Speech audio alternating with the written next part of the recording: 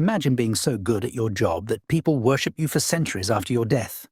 This was the case for Imhotep, the first engineer to be recorded in history. What did he do? Let's find out. Hello, and welcome to the Historical Science Channel. We hope you enjoy exploring the fascinating, lesser-known stories from the world of science. Best of all, no background in science or history is needed. Just an open mind and eager curiosity. Let's begin. Ancient Egypt is known for its soaring monuments. But there was a time before the people had begun building these amazing wonders. Egypt of 4,700 years ago had no staggering pyramids. However, one man would create a revolution that would last through the ages and inspire the grand architecture the land is famous for today. Imhotep was a Renaissance man of the Old Kingdom of Egypt. Amongst his roles, he was an architect, engineer, priest, soothsayer, author, and physician. We know of him because his greatest creation would become the first pyramid in Egyptian history. The people of the Nile had been creating large mud brick tombs for their kings, known as mastabas, for generations. These were large, flat, square structures that must have seemed quite impressive at the time. Another mastaba would have served his pharaoh, the King Djoser, well enough. But Imhotep thought big.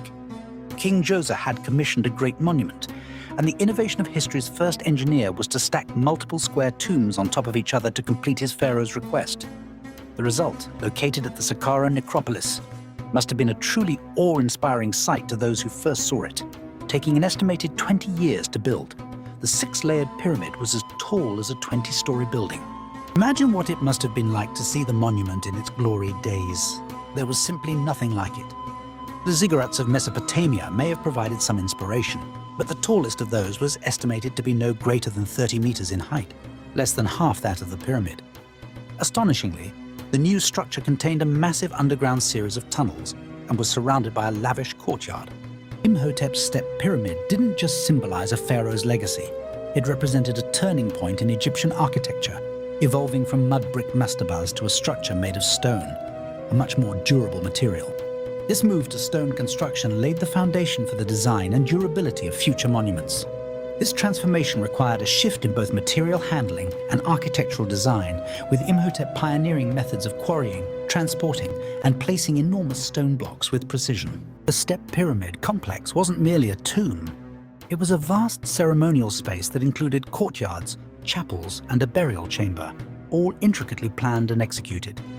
The design suggested that Imhotep wasn't just focused on the structure itself, but also on the spatial experience, perhaps envisioning the monument as a gateway between the earthly and the divine. The precision and scale of Imhotep's work would have required an extraordinary understanding of materials, structural integrity, and logistics.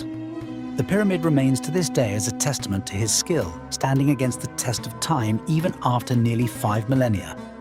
The man credited with creating the architecture was honored with inscriptions in the tomb and elsewhere. One of them reads, Imhotep, seal bearer to the King of Egypt, administrator of the Great Domain, administrator of the Poat, high priest of Ra, chief of the sculptors, of the masons and of the producers of stone vessels. Sadly, few other texts or inscriptions of him exist, from his lifetime at least. Now, some have said that engineers tend to have large egos, but very few actually believe themselves to be deities worthy of worship. We don't know if Imhotep had a large opinion of himself, but it seems that the people of Egypt loved him enough to deify him after his death. Such was his fame. Had his genius only extended to engineering and architecture, it's unlikely he would have been deified. However, he was a polymath, a man with knowledge that spanned multiple fields.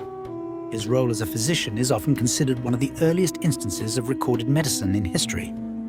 Imhotep was reputed to have mastered the knowledge of healing herbs for ailments and injuries. It is these skills, not his building acumen, that would eventually lead to his deification as a god of medicine. Sadly, no direct medical texts survive from Imhotep's lifetime, but generations referenced him as a wise healer, and many Egyptian medical practices likely built upon foundations he established. Imhotep's influence continued long after his death. In later periods, temples were built in his honor, where people came to seek cures for illnesses, making offerings in hopes of divine intervention. His deification was unusual, as very few Egyptians who were not royalty ever attained such status. His name became associated with wisdom and knowledge, with scholars and students looking up to him as a guiding figure. His impact extended beyond Egypt's borders, reaching ancient Greece, where he was called Imhotep and equated with the god of medicine, Asclepius. In modern times, Imhotep's contributions are recognized not only as historical achievements but as symbols of early scientific and engineering progress. His life's work demonstrates the powerful effect one individual can have on an entire culture, inspiring awe and reverence that span generations. The step pyramid he designed continues to inspire architects and engineers today, as well as offering insight into ancient construction methods and the legacy of early engineering. Of course, Hollywood took the name and used it for one of the villains. Imhotep, in the ancient Egyptian language, meant one who comes in peace.